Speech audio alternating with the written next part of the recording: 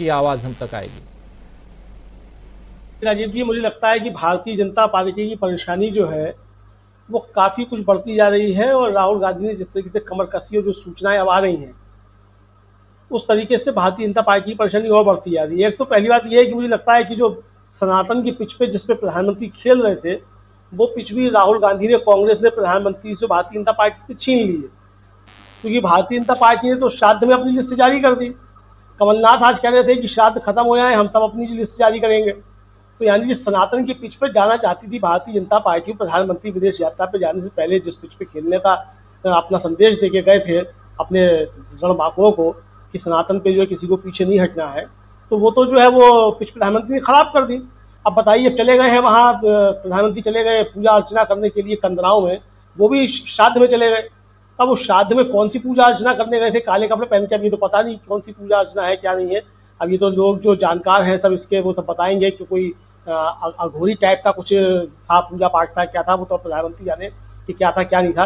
लेकिन जहाँ तक मेरी अपनी जानकारी है, स्वामी जी इस पर ज़्यादा अच्छे से प्रकाश डालेंगे, श्राद्धों में इस तरीके से कोई पूजा पाठ होता नहीं है राजीव जी।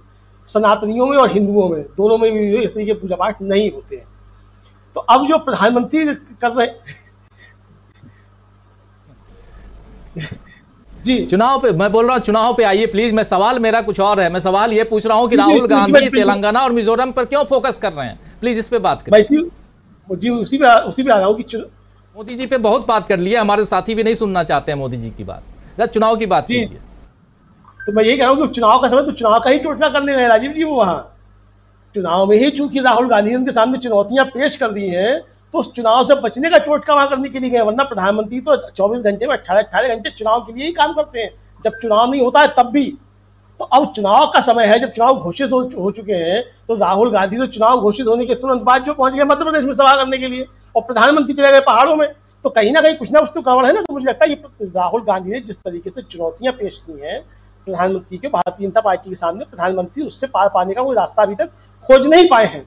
ये असली कारण मुझे लगता है कि ये चीजें हो रही हैं। दूसरा, तेलंगाना और मिजोरम पे जो राहुल गांधी इतना ज्यादा फोकस कर रहे हैं, उसके राजीव जी दोनों बड़े कारण हैं।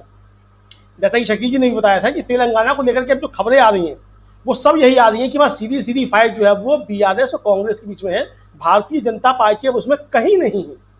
और दूसरा है कि जिस तरीके से प्रधानमंत्री गए और वहां बोल करके आए, और केसीआर उनके पास आए थे, और कल के कविता जो है उनकी, केसीआर की बेटी कल थी एक उस टीवी चैनल पे, उन्होंने कहा दिया कि वो विधानसभा चुनाव जो है इंडिया जो है वो टूट जाएगा। तो यानी राहुल गांधी जो बात वहां कह के आए थे कि बीआरएस जो भ्रष्ट भारतीय जनता पार्टी रिश्तेदार समिति है, उसको साबित कर दिया है दोनों ने मिलकर के। तो ये परेशानी का उनका सबब है। और राहुल गांधी वहां इसलिए ज्यादा फोकस कर रहे हैं कि दक्षिण से भारतीय जनता पार्टी जहां जहां पैर रखने की स्थिति में थी, कर्नाटक से उखड़ चुकी, और तेलंगाना को जिसको वो अपना बनाना चाहती है, दूसरा गढ़ जो है कि वहां से उसको कुछ रास्ता मिले ओवैसी और केसीआर की मदद से, वो भी राहुल गांधी ने वहां खत्म कर दिया। तो भारतीय जनता पार्टी की परेशानी यही है कि कर्नाटक में उसको जो जिस तरीके से झटका लगा है, उसको तेलंगाना से जो पूरा करना चाहती थी, वो भी ख्वाब जो है वो पूरे होने वाले नहीं है। क्योंकि राहुल गांधी ने जिस तरीके से वहाँ सभाएं की हैं, भारत जोड़ो यात्रा के दौरान उनकी खम्मम में जबरदस्त रैली हुई, उसके बाद भी वहाँ रैली हुई, CWC की पहली बैठक जो है वो हैदराबाद में हुई। तो यानी कि तेलंगाना पे पूरा फोकस कांग्रेस ने कर दिया है। और अब जो सूचनाएं आ रही हैं वो ये आ रही हैं कि कांग्रेस जो है वो काफी एज जो है वहाँ बीआरएस के ऊपर ले चुकी है, और भारतीय जनता पार्टी वहाँ चुनाव में कहीं दिखाई नहीं पड़ रही है। तो ये प्रधानमंत्री की परेशानी का सबब है, और राहुल गांधी ने यही चीजें जो है वो तैयार की हैं जो भारतीय जनता पार्टी के लिए परेशानी का सबब हो रही है।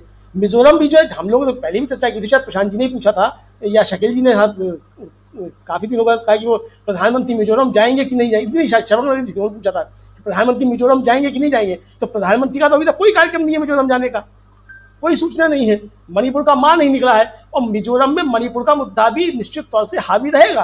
तो प्रधानमंत्री वहां जाते नहीं जाते, लेकिन राहुल गांधी ने घोषणा कर दी है कि वो मिजोरम जा रहे हैं, और मिजोरम को जाएंगे तो वहां भी जो समस्याएं हैं पूर्वोत्तर की, और मुझे लगता है कि पूर्वोत्तर में भारतीय जनता पार्टी ने समस्याएं बहुत ज्यादा पैदा कर दी हैं। तो राहुल गांधी जो है एक आशा के तौर पर पूर्वोत्तर में देखे जा रहे हैं। तो भारतीय जनता पार्टी को जो पूर्वोत्तर से अच्छी खासी सीटें लेकर के आई थी पिछले लोकसभा के चुनाव में, तो उसको वहां से भी अपना जनाधार जो खिसकता हुआ दिखाई दे रहा है। उसे लग रहा है कि राहुल गांधी लगातार मेहनत करके पूर्वोत्तर से भी भारतीय जनता पार्टी का जो परचम है उसको उखाड़ रहे हैं वहां से। तो मुझे लगता है कि ये परेशानी भारतीय जनता पार्टी की, और इसीलिए राहुल गांधी जो है वो तेलंगाना और मिजोरम दोनों पे जो बहुत ज्यादा फोकस दे रहे हैं, ताकि भारतीय जनता पार्टी के जो अपने हिंदी हार्टलैंड के अलावा जो जहाँ से उसको कुछ मदद मिल सकती थी, वहां से भी उसको जो एकदम कट किया जा सके। जी राजीव जी, मिजोरम की बात हम कर रहे हैं, तेलंगाना की बात कर रहे हैं, और इन दोनों राज्यों पर फोकस क्यों है राहुल गांधी का, ये समझने की कोशिश कर रहे हैं। प्रधानमंत्री नरेंद्र मोदी मणिपुर का मां नहीं बोलते हैं, लेकिन इजराइल का आई जरूर आई नहीं, पूरा इजराइल बोल देते हैं। आखिर क्या कारण है? चलिए, लेकिन समझें। संजय जी, मेरी आवाज आ रही है आप तक? ऑडियो में कोई दिक्कत है, आवाज आपकी नहीं आ रही है, जरा इधर से कॉल जा रहा है, जरा प्लीज आप उठाइए। लेकिन आना चाहता हूं प्रोफेसर अखिल स्वामी जी आप तक, आपसे समझूं मिजोरम और तेलंगाना, इन दोनों पर केंद्रित कुछ बातें समझना चाहता हूं आप लोगों के जरिए। राहुल गांधी 4 दिन तक तेलंगाना में रहने वाले हैं, 2 दिन मिजोरम में रहने वाले हैं, वो भी अभी कमिंग वीक में। बहुत ज़्यादा दूरी की बात नहीं है कि हाँ ठीक है आज से 10 दिन बाद जाएंगे, अभी की बात है जो पहले रख चुका हूं। उस हिसाब से भी समझना चाहता हूं आप लोगों से कि क्या कारण है कि मिजोरम बहुत ज़्यादा फोकस में अब राहुल गांधी के है। अभी 3-4 दिन पहले जब राहुल गांधी ने प्रेस कॉन्फ्रेंस की थी तो उसमें भी उन्होंने कहा था कि मैं मिजोरम जा रहा हूं, और अब वो जा रहे हैं, एक नहीं 2-2 दिन जा रहे हैं, और कहा जा रहा है कि वहां के युवाओं में राहुल गांधी को लेकर काफ़ी क्रेज है। दूसरी चीज़, यहाँ पर एक बात और रख करके आपके पास आना चाहता हूँ, कुकी समुदाय के लोग मिजोरम में ज़्यादा हैं, और कुकी और मैतेई के बीच में जो कॉन्फ्लिक्ट है मणिपुर में, उसका असर भी कहा जा रहा है कि मिजोरम में है। इन सबको अगर देखा जाए तो कहां आप पाते हैं कांग्रेस पार्टी को, मिजोरम तेलंगाना दोनों? देखिए राजीव जी, एक चीज समझना बहुत आवश्यक है, और ये मैसेज मेरे ख्याल से हिंदुस्तान की जनता को मिल गया है। अगर आप नागा की तरह वोट करेंगे, अगर आप सिख की तरह वोट करेंगे, हिंदू की तरह वोट करेंगे, मुसलमान की तरह वोट करेंगे, मैती की तरह वोट करेंगे, कुकी की तरह वोट करेंगे, तो हिंदुस्तान कमजोर होगा। हमें एक हिंदुस्तानी के रूप में, इंडियंस के रूप में 142 करोड़ लोगों को भारत के जो हित में है उसकी तरह वोट करना होगा। तो अगर राहुल गांधी मिजोरम जा रहे हैं और मणिपुर गए, ये वही बताने जा रहे हैं। लेकिन सोचिए, राजनीतिक रूप से राजीव जी सोचिए, वो वहां जाके कुकी लोगों से मिले, जबकि कुकी वहां पे अल्पसंख्यक है। वो मैसेज ये देना चाह रहे थे वहां पे वो जाते। अदरवाइज तो जैसे बीजेपी की रणनीति है, वीरेंद्र सिंह को वहां पे समर्थन कर रहे हैं, उनको नहीं हटा रहे हैं, कि क्योंकि वहां पे मैती मेजॉरिटी में हैं, तो मैसेज ये देना है हमको, तो हमारे लिए तो चुनाव महत्वपूर्ण है। राहुल गांधी ये मैसेज दे रहे हैं जब वो मणिपुर गए, कुकी लोगों से मिले, क्योंकि उस समय वो सताए हुए थे, उनको पीड़ित थे वो। और इसी तरह से चाहे मिजो हो, चाहे नागा हो, चाहे मैती हो, चाहे कुकी हो, चाहे कोई धर्म और जाति के लोग हों, उनको हिंदुस्तान में जो लोग बिलीव करते हैं वो एकजुटता में बिलीव करते हैं। ये राहुल गांधी का मैसेज है। और देखिए, एक और चीज आप समझिए, तेलंगाना की लड़ाई जो है, ये कांग्रेस और बीआरएस की लड़ाई नहीं है।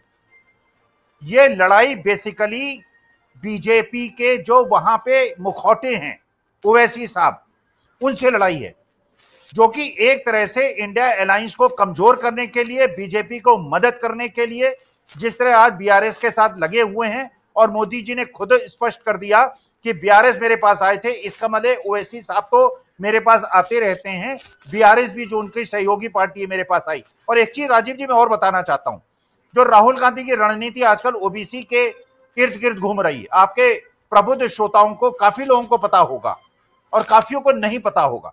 व्हाट्सएप पे एक और बहुत बड़ा सूचना तंत्र चल रहा है। लोगों को यह बताया जा रहा है कि सैम पिट्रोडा क्रिश्चियन है। आपको जान के आश्चर्य होगा और आपके श्रोताओं को जान के आश्चर्य होगा, सैम पिट्रोडा एक कारपेंटर के बेटे हैं। ये विश्वकर्मा समाज के व्यक्ति हैं, ये ओबीसी समाज के व्यक्ति हैं। और सैम पिट्रोडा ने खुद कहा, और आप जानते हैं जो देश के अंदर तकनीकी क्रांति हुई थी, जो तकनीकी क्रांति हुई थी जिससे भारत विश्व के अगले देशों की अग्रणी सूची में जाके खड़ा हो गया था, उसका पूरा का पूरा दारोमदार राजीव गांधी के जमाने में सैम पिट्रोडा ने चलाया था, जो एक कारपेंटर के बेटे हैं। तो जो एक समाज के अंदर ये भावना पैदा की जाती है कि ओबीसी समाज, दलित समाज, ये समाज जो है इनके अंदर गुण नहीं है, क्वालिटी नहीं है, योग्यता देखी नहीं होती है। तो अगर योग्यता देखनी है तो सैम पिट्रोडा जो एक कारपेंटर के और विश्वकर्मा समाज से आते हैं, उनकी जाति देखिए, उनका वो देखिए और तब देखिए कि ओबीसी समाज, जो राहुल गांधी आकर बार बार कह रहे हैं, हर सभा में कह रहे हैं, अगर 63% ओबीसी हैं और दलित समाज करीब 20% है, तो बाबा साहब भीमराव अंबेडकर और सैम पिट्रोडा लोग जैसे ये आदर्श स्थिति में हैं कि ओबीसी और दलित समाज जो है ये किसी से हीन नहीं है। ये केवल इनको बढ़ोतरी देने की आवश्यकता है, जो राहुल गांधी आज देने की बात कर रहे हैं। इसलिए जो 10% के समाज ने समाज के अंदर भ्रांति पैदा कर दी है, हम ही योग्य हैं दूसरे योग्य नहीं है, ये भ्रांति भी सैम पिट्रोडा दूर कर रहे हैं, जो राजीव गांधी के भी दोस्त थे और राहुल गांधी का भी मार्गदर्शन कर रहे हैं, और इस उम्र भी जी जान से देश को एकजुट करने में लगे हुए हैं। और हमारे देश को ऐसे ही लोगों की आवश्यकता है, ऐसे ही ओबीसी समाज के ऐसे बुद्धिमान लोगों की आवश्यकता है जो कि देश को आगे ले चले। अगर 10% लोग देश में केवल रूल करेंगे तो देश आगे नहीं बढ़ेगा। भीमराव अंबेडकर साहब को मानने वाले, जयप्रकाश और लोहिया को मानने वाले और महात्मा गांधी के लोगों को मानने वाले लोगों को हाथ मिलाना होगा और गोडसे जैसे समर्थकों को पीछे करना होगा, तभी देश आगे बढ़ेगा। बिल्कुल। सत्यनारायण गंगाराम पित्रोदा ओरिजिनल नाम है सैम पित्रोदा का, और सत्यनारायण गंगाराम पित्रोदा कौन हैं, किस समाज से हैं, उसके बारे में अभी बता रहे थे प्रोफेसर अखिल स्वामी जी।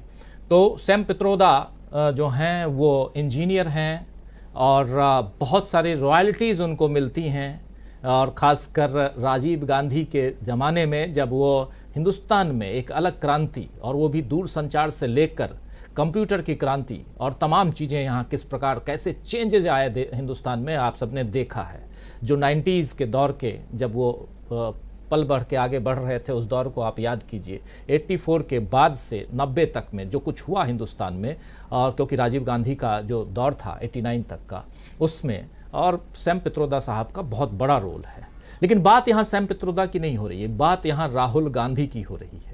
और राहुल गांधी की बात इसलिए हम कर रहे हैं क्योंकि राहुल गांधी की एक अलग स्ट्रेटेजी चल रही है। उस स्ट्रेटेजी को समझने की हम कोशिश कर रहे हैं कि क्या राहुल गांधी को लेकर कि उनको पॉलिटिक्स समझ में नहीं आती, ये बात तक फैलाई गई थी, वो राहुल गांधी अभी कैसे अपनी प्लानिंग के साथ बीजेपी को चुनाव से पहले ही चारों खाने चित्त कर दिए हैं, ये यहाँ समझने की कोशिश कर रहे हैं। इस कार्यक्रम के जरिए हम उस चीज़ से पर्दा हटाने की कोशिश कर रहे हैं कि राहुल गांधी आखिर इन 5 राज्यों को कितनी गंभीरता से ले रहे हैं, इसको जरा समझने की कोशिश करें। संजय कुमार सिंह साहब, एक बार फिर से आना चाहता हूँ। आवाज आ रही है मेरी आप तक संजय जी? हाँ, अब ठीक है जी जी, मेरी आ रही है प्लीज। आप तक बहुत सारी बातें आप सुन रहे थे, सीधा सवाल वही कि, और जो अभी कह भी रहा था कि पर्दा हटाने की कोशिश करें कि राहुल गांधी इन 5 राज्यों को क्यों बहुत गंभीरता से ले रहे हैं। कई सारे चुनाव हुए, लेकिन ये जो 5 राज्य हैं, इससे पहले कर्नाटक, और कर्नाटक में जिस फोकस के साथ राहुल गांधी ने चुनाव लड़ा, उसके बाद उनका पहला बयान मध्य प्रदेश को लेकर था कि कर्नाटक में हम 136 सीट जीत के आए थे, यहां मध्य प्रदेश में 150 जीतेंगे। इस दावे के साथ राहुल गांधी आए, और अब देखिए धीरे धीरे उन्होंने अपनी जीत में तेलंगाना को जोड़ा था, और अब उस जीत में वो मिजोरम को भी जोड़ रहे हैं। यानी 5 राज्य 5-0 से परास्त करने की फिराक में है राहुल गांधी। इसीलिए हम यहां लिख रहे हैं कि राहुल ने कसी कमर और बीजेपी की बढ़ी टेंशन। ये जो बीजेपी की टेंशन अगर इन 5 राज्यों से बढ़ जाती है तो फिर 2024 के लिए तो पूरी मुस्तैदी के साथ इंडिया गठबंधन साथ में है, राहुल गांधी के साथ में। इस बात को समझाने की जरूरत है, जरा आपसे समझो। यही बिल्कुल राहुल गांधी का काम बिल्कुल सही चल रहा है, और एकदम वैसे ही है जैसे होना चाहिए। जैसे बीजेपी जहां मजबूत है वहां राहुल गांधी ने पहले काम किया, और मिजोरम में काम कम करने की जरूरत है या उतनी जरूरत नहीं है तो वहां वो बाद में लगे। और वो जानते थे दोनों जगह कि यहाँ क्या काम करने की जरूरत है, वहां क्या काम करने की जरूरत है, और ये उनके काम से या उसके असर से दिखाई दे रहा है। और बीजेपी की परेशानी का कारण यही है। इसमें दिलचस्प यह भी है कि बीजेपी के पास कोई जवाबी रणनीति नहीं है या जवाब नहीं है। मतलब ये अभी भी उसी हिंदू मुसलमान में लगे हुए हैं, और वो अंग्रेजी में कहा जाता है डॉग व्हिसल, तो जाकर के पूजा करना या शंख बजाना, ये सब उन लोगों के लिए संकेत है जो इसको समझते हैं। बाकी लोगों को इसका मतलब नहीं है, और वो उनको टारगेट भी नहीं कर रहे हैं। तो कोशिश ये कर रहे हैं कि हिंदुत्व वाला जो वोट है उसमें वो धमास वाला मामला भी है कि वो आतंकवादी होते हैं मुसलमान, और इसीलिए वो ट्वीट किया गया था। और कल आज जो अखबारों में बात छपी है, जो कल जो हुआ वो विदेश मंत्रालय का साप्ताहिक प्रेस कॉन्फ्रेंस में सवाल पूछा गया, जो उनकी मजबूरी थी कि वो क्लियर स्टैंड करते और अपने लेवल पे वो जो कर सकते थे सो उन्होंने कहा। और इससे पहले अपना प्रधानमंत्री ने ट्वीट करके अपना काम कर लिया था। वो भी डॉग विसल वाला मामला है कि जिसको जो संकेत देना था वो चला गया था 6 दिन, जैसा मीनू जी ने कहा।